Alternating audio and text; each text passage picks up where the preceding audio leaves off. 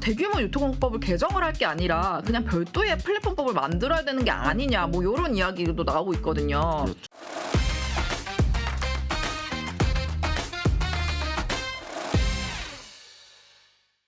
고품격 테크 방송 아웃스탠딩 쇼.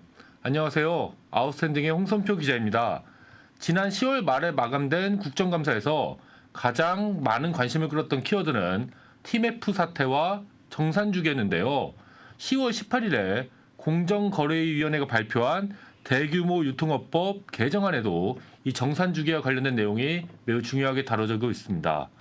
그동안 저희 아웃스탠딩에서는 이 유튜브 채널과 기사를 통해서 TMF 사태에 대해서 다각도로 조명해 왔는데요. 오늘은 저희 아웃스탠딩의 정지혜 기자와 함께 TMF 사태에서 촉발된 이 정산주기 문제에 대해서 다뤄보려고 합니다. 시장은 어떻게 반응하고 있는지, 또 정부는 어떻게 대응하고 있는지에 대해서 하나하나 살펴보도록 하겠습니다. 지혜님 안녕하세요. 안녕하세요. 예. 그 TMF 사건부터 시작해서 정산주기에 대한 이야기가 계속 나왔는데요. 우선은 히스토리를 살펴보면은 구독자님들께서 이해하시는 데 도움이 될 것 같습니다. 예, 알겠습니다. TMF 사건도 사건이지만 정말 정부가 어떻게 대응했는지를 좀 약간 날짜별로 말씀을 드리면 좀 편할 것 같아서 좀 설명을 드릴게요. 일단은 Q10의 정산 지연 사태가 발생을 한 게 2024년 7월 11일이었습니다. 이때 Q10이 언론 인터뷰를 통해서 Q10하고 위메프에서 일어나는 정산 지연 사태는 그냥 뭐 새로운 정책 도입하고 뭐 쿠폰 적용 오류 때문에 생긴 거다. 뭐 우리는 정산 지연 문제가 없다. 이렇게 부인을 했었어요. 그랬었죠. 예. 그러나 그렇게 부인하긴 했지만 결국 7월 22일 그리고 24일까지 약간 티몬이 판매자들을 대상으로 해서 결국에는 무기한 정산 지연을 선언하고 말았습니다. 이때 대통령실은 TMF 사태에 대해서 첫 입장을 내놨는데요. 주요 내용은 이커머스 정산주기랑 대금 보관 방식 그리고 규모 등에 대해서 일제히 점검에 나설 것이다 라는 내용이었습니다. 그리고 7월 30일에는 서울회생법원이 티몬과 위메프에 대해서 보전 처분 및 포괄적 금지 명령을 내렸습니다. 윤석열 대통령은 국무회의 마무리 발언에서 TMF 사태를 언급하기도 했는데요. 한마디로 이 사태의 가장 핵심은 티몬과 위메프의 사기적 행위니까 철저히 책임을 추궁하라 이런 내용이었습니다. 또한 이 시기에 열렸던 국회 정무위원회 현안 질의에서도 그 구영배 Q10 대표가 참석을 했는데 이때 사태 해결을 위해서 본인의 재산을 사용하겠다 이런 의사를 밝히기도 했습니다.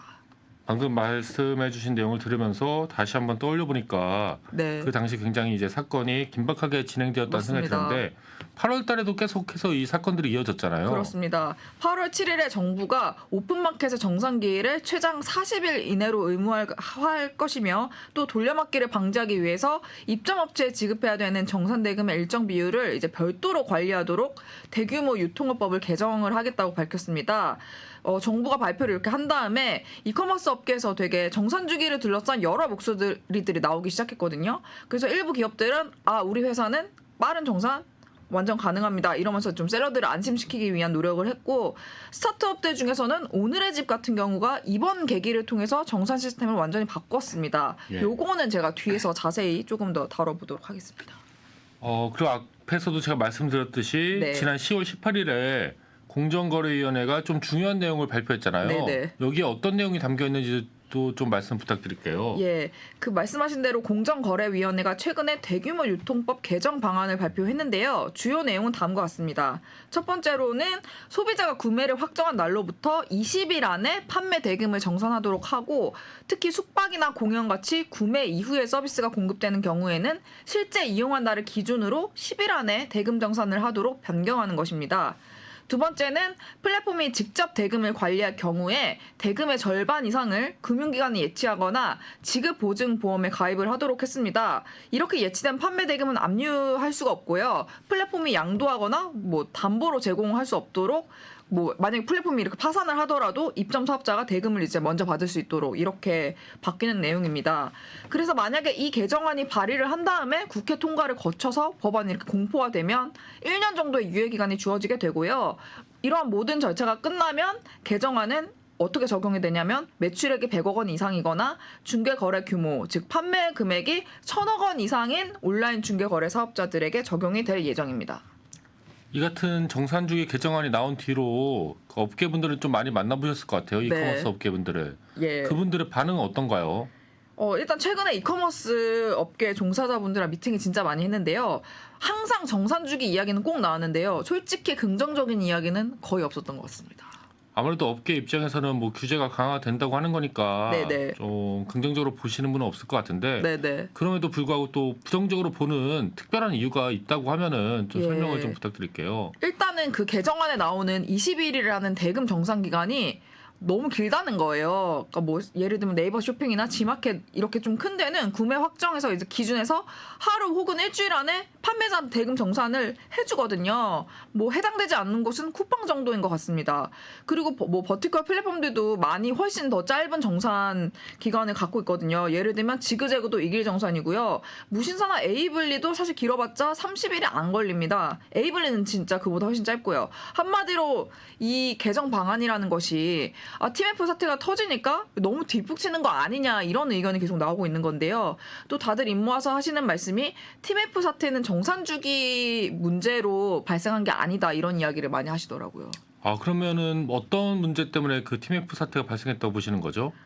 일단 뭐 많이 아시겠지만 정산 대금을 다른 데서 유용한 게 사실 문제의 본질이죠. 게다가 사실 티몬하고 위메프는 아시겠지만 몇 년 전부터 완전 자본 잠식 상태였고 매출이랑 거래액도 너무 가파르게 줄고 있었잖아요. 그러니까 사실 업계분들은 다 알고 있었고 위험 신호도 되게 명확했는데 그걸 알아채지 못하고선 왜 이제 와서 다 잡으려고 하는 것이냐라는 것이 사실 업계 많은 분들의 의견이었습니다. 또 다수의 업계 관계자분들이 의견을 주신 바에 따르면 개정안 중에서 실제로 영향을 주는 거는 정산주기에 대한 게 아니다. 아까 말씀드린 이유랑 똑같고요.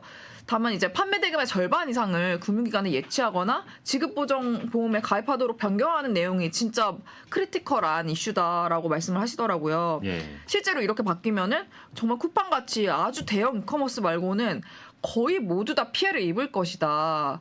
이렇게 말씀을 하시더라고요. 뭐 근데 또 이렇게 말씀하시는 분도 있었는데 유통기업이 사실 자금의 흐름을 활용하는 게 사실 당연한 일인데 그걸 정부가 통제하는 그림이 좀 이상하다 이런 의견도 들었던 것 같습니다. 어떤 말씀을 하셨던 건지 좀 이해는 되는 것 같은데 네. 이제 그분들께서 어떤 논거로 이렇게 얘기하셨던 건지 네. 일단은 TMF 사태 논란 되게 영세한 그 셀러분들을 안심시키기 위해서는 일단 정부로서는 네. 약간 그 정산 주기, 뭐 빠른 정산 이런 거를 좀 강조할 수밖에 없는 상황이었던 것 같아요. 예, 맞는 말씀이시고요. 그래서 약간 이 네. 정산 주기를 가장 앞세웠던 것 같고. 그렇죠. 맞는 말씀이시고 뭐 기업도 사실 빠른 정산 주기를 어필을 해서 셀러들을 안심시키려는 노력을 할 수밖에 없는 것 같아요. 그래서 그것 때문에 TMF 사태가 터진 다음에 뭐 지마켓 11번과 이베이 모두 이제 우리 매일 정산하고요. 안전한 거래 가능합니다. 이걸 한 번 더 공식적으로 밝혔고요. 특히 중국 이커머스인 알리익스프레스도 우리 2일 내에 정산해드립니다. 요거를 되게 어필했거든요. 그리고 아까 말씀드렸던 대로 그 와중에 인테리어 및 커머스 플랫폼인 오늘의 집 같은 경우는 지난 9월 20일부터 아예 일정산 시스템으로 바꿨어요. 그러면서 좀 업계에서 주목을 받았거든요. 이제 여기 법인명이 사실 버킷플레이스인데 그렇죠. 예, 더 잘 알려진 오늘의 집으로 여기서 호칭을 하도록 하겠습니다. 그렇다면 약간 바꾸기 전에는 오늘의 집의 그 정산 시스템이 어땠던 건가요? 그 오늘의 집이 원래 매월 1일에서 14일까지 구매 확정된 정산금은 20일에 또 매월 15일부터 말일까지의 구매 확정된 정산금은 다음 달 5일에 이렇게 지급을 하는 식으로 월 2회 정산을 진행을 해왔는데요. 네. 이제 바뀐 시스템으로 하면 1일 구매 확정권은 3일에 정산받고 뭐 2일 구매 확정권은 4일에 정산받는 식으로 진행을 하게 됩니다. 그래서 지금 그림을 하나 보여드리는데 네, 이렇게 바뀐다고 보시면 될 것 같습니다. 그렇군요. 당연히 뭐 셀러분들, 그러니까 여기다 이제 물건을 공급하는 분들 입장에서는 네. 당연히 이제 돈을 빨리 받을 수 있는 거니까 굉장히 좋아하실 만한 일인 것 같은데 그런데 그 재무적으로만 보면은 네. 오늘의 집에 약간 그 현금 흐름에 약간 부담을 줄 수도 있는 조치인 것 같아요. 저도 사실 비슷하게 생각을 했어요. 저는 예. 이제 오늘의 집 재정 상황이 안정적인 편인 건 알고 있는데 그래도 부담이 되지 않을까 이렇게 생각을 했었는데요. 업계 전문가들은 긍정적으로 평가를 하시더라고요. 일단 제가 취재 과정 중에 들은 얘기는 원래 오늘의 집이 피지 등록 준비를 하다가 TMF 사태로 약간 난관에 봉착을 했고 오늘의 집하고 티몬의 셀러들이 꽤 겹친다고 하더라고요. 그렇다면 사실 일단 셀러들 사이에서 신뢰감을 높이는 카드로 이길정산이 되게 파격적인 좋은 선택이라고 생각이 됐고요. 그렇죠. 아무래도 그 네. 팀원분들은 이미 한번 그 그러니까요. 뜨거운 맛을 보신 거잖아요. 네. 그러니까 그 자라보고 놀란 마음 소뚜껑 보고 놀란다고. 놀랄 수 있으니 약간 조금이라도 이런 안 좋은 모습이 보이면은 그렇죠. 훨씬 더 민감하게 대응하실 가능성이 높단 말이에요. 제가 봤을 때는. 맞습니다. 또 업계 종사자분들이 하신 이야기에 따르면 일정산 시스템 마련하는 게 힘든 거지 처음에 마련할 때 공이 많이 들어가는 건 맞는데 그 시스템 자체가 회사에 부담이 갈 거라고는 생각이 되지 않는다. 왜냐하면 2차 피지가 없는 플랫폼은 어차피 대금으로 이자 수익을 내거나 그렇게 할 수도 없어서 돈을 오래 가지고 있다고 좋을 건 없다고 하더라고요. 그래서 그런 얘기를 모두 들었을 때 파격적이지만 좋은 선택을 했다. 이렇게 얘기를 많이 하시는 걸 들었습니다. 아 그렇군요. 네. 특히 약간 오늘의 집 같은 경우에는 얼마 전에 뭐 네. 자본 잠식으로 약간 오해를 받기도 했었잖아요. 네, 맞아요. 그렇기 때문에 약간 본인 회사에 대한 그 신뢰감 높이는 거, 뭐 투자 업계는 물론이고, 네. 약간 이 셀러분들의 신뢰를 높이는 거 이게 굉장히 중요했던 것 같아요. 맞습니다. 여기서 이 방송 보시는 분들 중에서 좀 모르시는 분들도 있을 것 같아서 설명을 조금 드릴게요. 예. 원래는 오늘의 집이 되게 부채 비율이 안정적인 편이었는데 2023년도 재무제표가 올라왔는데 갑자기 완전 자본 잠식 상태로 바뀐 거예요.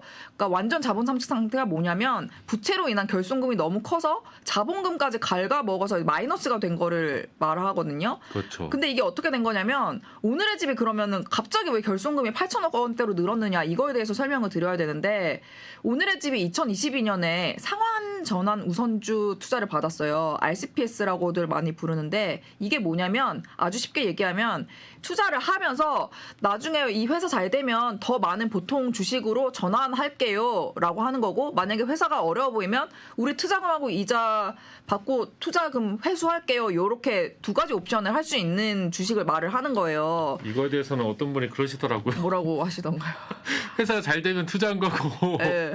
안 되면 돈 빌려줘 갖고 이자 받아간다고. 맞죠, 맞는 말입니다. 예, 되게 예. 맞는 말씀이신데, 근데 이게 2022년에 투자를 받았을 때는 그 해 재무제표에는 투자금이 다 자본으로 분류가 됐었어요. 왜냐하면 K갭이라고 불리는 한국의 일반 회계 기준으로는 이걸 자본으로 평가를 합니다. 근데 오늘의 집이 상장 준비 중이거든요. 그럼 상장 준비 중일 때는 K갭으로 가면 안 되고 국제 회계 기준이라고 해서 KIFRS 이 기준에 따라서 재무제표를 작성을 해야 되는데 이게 여기서는 투자금 중 상당 부분이랑 파생되는 여러 금액들을 부채로 인식을 합니다. 예, 그렇게 규칙이 돼 있어요. 어쩔 수가 없는데. 그러니까 한마디로 법적으로는 여전히 투자금이 자본이 맞는데 회계상으로만 부채로 분류를 한 거예요. 그래서 정리를 하면 오늘의 집 같은 경우는 투자금 중 상당 부분이 회계상 부채로 분류가 됐지만 그게 어차피 보통주로 전환이 될 것을 고려하면 실제 결손금의 규모는 크지 않고요. 재무 상태가 양호한 회사라고 할 수 있어요. 근데 제가 지금 이렇게 설명을 드렸으니까 이제 아실 텐데 설명을 듣지 않는 셀러들 입장에서는 오늘의 집이 자본 잠식 뭐 이렇게 헤드라인으로 기사가 떴었거든요. 그랬었죠. 그러면 이거 어떻게 이렇게 셀러들의 마음은 불안할 수밖에 없잖아요. TMF 사태도 있었고. 그러니까 당연히 오늘의 집에서도 셀러 이탈에 대한 고민이 있었고 그래서 이제 이길정산이라는 이제 다소 큰 변화로 이제 분위기를 좀 환기시키고 싶었을 것이다. 이렇게 말씀드릴 수 있겠습니다. 그래도 약간 정산 시스템을 바꾸는 것 자체는 약간 손이 좀 많이 가는 일이라 좀 생각이 들어요. 상당히 좀 예. 어떻게 보면은 좀 맞습니다. 인력을 좀 많이 투입해서 개발해야 될 것 같다는 생각이 드는데요. 예, 맞는 말씀이시고요. 뭐 원래 처음에 시스템 만드는 게 힘드니까요. 그래서 오늘 이제 물어봤더니 일정산 시스템을 도입을 하기 위해서 일단 개발팀이 뭐 여러 가지 과제가 있겠지만 요거를 최우선 과제로 딱 삼고 굉장히 빠르게 개발을 진행을 했다고 하시더라고요. 그래서 어쨌든 2주 1회 하던 기능을 1단위로 바뀌었으니까 매일매일 판매자 구매하고 구매 확정된 정상금이 분류가 돼야 되고 이거를 트래킹하는 시스템 개발을 해야 했다고 말씀을 해주셨고요. 게다가 이제 파이낸스 팀이 있을 거 아니에요. 거기에 물리적 업무량이 당연히 증가를 할 수밖에 없고 그래서 인력을 좀 추가로 채용을 했다고 하고요. 이 모든 준비에 그래도 빠르게 진행을 해서 3주 정도 소요가 됐다고 합니다. 그리고 제가 앞으로도 일정산 계속 유지하실 거냐고 물어보니까 앞으로도 계속 유지할 거다 이렇게 말씀을 주셨습니다. 이런 거 같은 경우는 한번 하시다가 안 하게 되면은 또 괜한 그쵸. 오해를 불러올 수 있기 때문에 네. 한번 시작하면은 거의 어떻게든 끝까지 그쵸. 하시는 게 좋죠. 예. 루비콘 강을 건넜다고 할 수 있는데요. 어쨌든 저는 오늘의 집이 현명한 선택을 했다고 생각을 하고 있습니다. 예, 지금까지는 이제 TMF발 정산주기 논란이 뭐 정부의 대응을 어떻게 이끌었고 또 오늘의 집이 어떻게 해서 일정산으로 좀 바뀌게 했는지 이런 내용에 대해서 살펴봤는데요. 마지막으로 이제 지혜님이 보시기에는 이 지금의 이런 정산주기 관련된 네. 그 규제 강화가 어떤 식으로 좀 진행될 것 같은지 네. 좀 뭐 생각되신 부분이 있으신가요? 일단은 제가 아까도 말씀을 드렸지만 이 대규모 유통업법 개정 방안이 현실에서 적용되기까지 아직 시간이 좀 남아 있습니다. 그리고 사실 국정감사에서도 이 내용을 가지고 되게 여러 가지 의견이 나왔어요. 그랬죠. 네, 아시겠지만 지난 10월 21일 국회에서 열린 정무위원회, 공정거래위원회 등에 대한 국정감사에서는 좀 이거 쿠팡 봐주기 아닌가요? 이 개정안 쿠팡 봐주기 아닌가요? 이런 얘기가 나왔어요. 왜냐하면은 아까 말씀드린 대로 네이버, 지마켓 같이 주요 온라인 거래 플랫폼들은 이미 1일에서 3일 내로 대금 정산이 이루어지고 있는데 쿠팡이 한 정산이 15일 정도 걸리는데 여기 쿠팡 의식해서 20일로 잡은 거 아닌가요? 이렇게 지적을 한 거죠. 참고로 쿠팡이 이제 주간 정산을 적용하면 구매 확정일로부터 15일 이내에 70%, 이월 1일에 30%의 판매 금액이 정산이 되고요. 월간 정산의 경우에는 그 다음 달 15일에 정산이 이루어진다고 합니다. 아무튼 뭐 여러 가지 상황이 되게 복잡하게 얽혀 있고 이런 상황만 봐도 지금 의견이 정리가 될 때까지 꽤 많은 우여곡절이 있을 거라고 예상이 되고요. 추이를 지켜볼 필요가 있습니다. 또 심지어는 야당의 반대로 이번 정부의 안이 국회 문턱을 좀 넘기가 어렵지 않겠느냐 이런 이야기도 나오고 있는데요. 더불어민주당이 국회의석의 과반을 차지하고 있잖아요. 그래서 이제 여기서는 대규모 유통법을 개정을 할 게 아니라 그냥 별도의 플랫폼법을 만들어야 되는 게 아니냐 뭐 이런 이야기도 나오고 있거든요. 그렇죠. 그래서 네. 뭐 10월 20일 국회 의안 정보 시스템에 따르면 김남근 더불어민주당 의원 등 야당에서 발의한 온라인 플랫폼 관련법 개정안이 한 14건이 지금 국회에 계류 중인 상황입니다. 그래서 아무튼 여러 가지 복잡한 상황이 있기 때문에 현재 섣불리 뭔가를 단정적으로 이야기하기는 어렵고요. 다만 이제 기민하게 상황을 살펴보다가 빠르게 전달 드리겠다. 이 정도로 말씀드릴 수 있겠습니다. 사실 더불어민주당은 네. 예전부터 이 플랫폼 규제를 좀 강화하자는 네. 게 좀 주요 당론이었고 맞습니다. 그래서 관련된 입법들도 상당히 좀 추진을 하셨던 걸로 제가 기억이 나거든요. 네. 그리고 현재 이제 국회에서 좀 네. 뭐 압도적으로 이제 의석수가 차이가 나기 때문에 그렇죠. 그렇다고 하더라도 뭐 약간 정부에서 거부권을 행사하면은 네. 뭐 당연히 법은 통과는 안 되지만 네. 아무튼 상당히 이런 쪽으로 가는 움직임도 강하게 나타날 것 같다는 좀 생각이 듭니다. 약간 네. 더불어민주당의 전반적인 그 정책적 기조하고 맞는 것 같았고 약간 플랫폼법이라든지 그런 내용들이 네. 예, 오늘 방송에서는 TMF발 정산주기 논란이 어떤 정부의 대응을 이끌었고 그리고 오늘의 집은 왜 일정산 시스템으로 바꿨는지에 대해서까지 한번 살펴봤는데요. 앞으로도 저희 아웃스탠딩 쇼에서는 IT 테크 업계의 최신 이슈에 대해서 쉽고 정확하게 설명드리도록 하겠습니다. 오늘 방송은 여기서 이만 마치도록 하겠습니다. 감사합니다. 감사합니다.